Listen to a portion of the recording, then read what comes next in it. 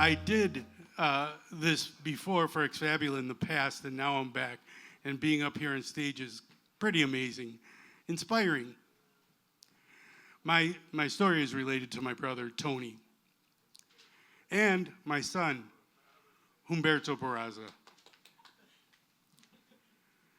About 5.5 years back, I was at work, and my nephew reached out to me.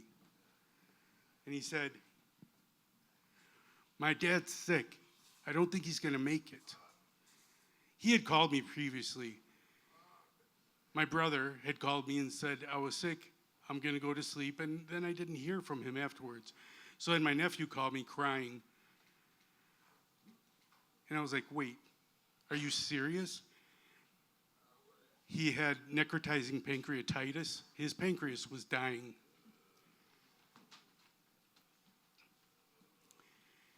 And so we tried to reach out to the doctors and all that, and we couldn't because you had to have a power of attorney. And finally, my brother, my stepbrothers, my mother, me, we went to Maryland. We drove to Maryland. We went to the ICU, and we were taken aback. We were shocked. There were so many tubes. He was intubated. We talked to the doctor. And we asked, "Is he going to have a chance to live?" And he said, "Pray. It's 50-50. And so he spent over a month in a coma. He was in the hospital for 3 months. He recovered. It took about 1.5 years in and out of the hospital to recover. But miraculously, he survived. And I was so thrilled. I didn't want to lose my brother.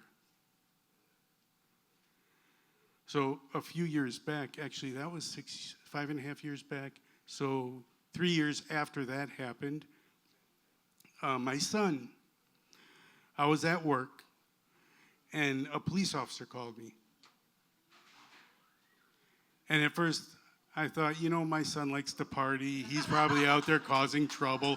He probably got busted. That had to be it. But they were incessantly calling me. So I answered. I called the police officer, and he said, "I am so sorry to inform you. Your son had a cardiac arrest." I was bawling. He's my son. I can't lose him.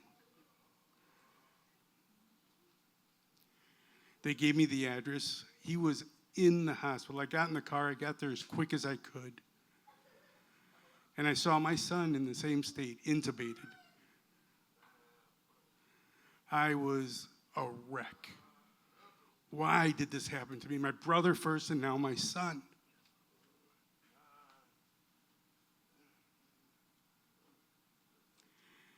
He was in Mequon originally. They transferred him to St. Mary's in Milwaukee. They ran a bunch of tests, some neurological tests on him. They said he did have some mild brain damage, and I thought, that's it. It's over. He's going to be my job going forward. And I kept thinking about what his future would be like. I was grieving, crying, praying. It was extremely tough being a father and having your son in that situation.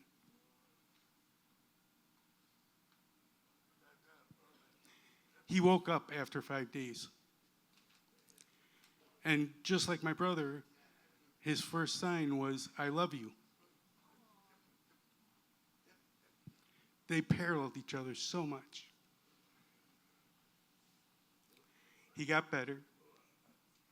He went to rehab. I had tons of hope for him. He had a hard time walking. He was using a walker, a cane. He was getting better.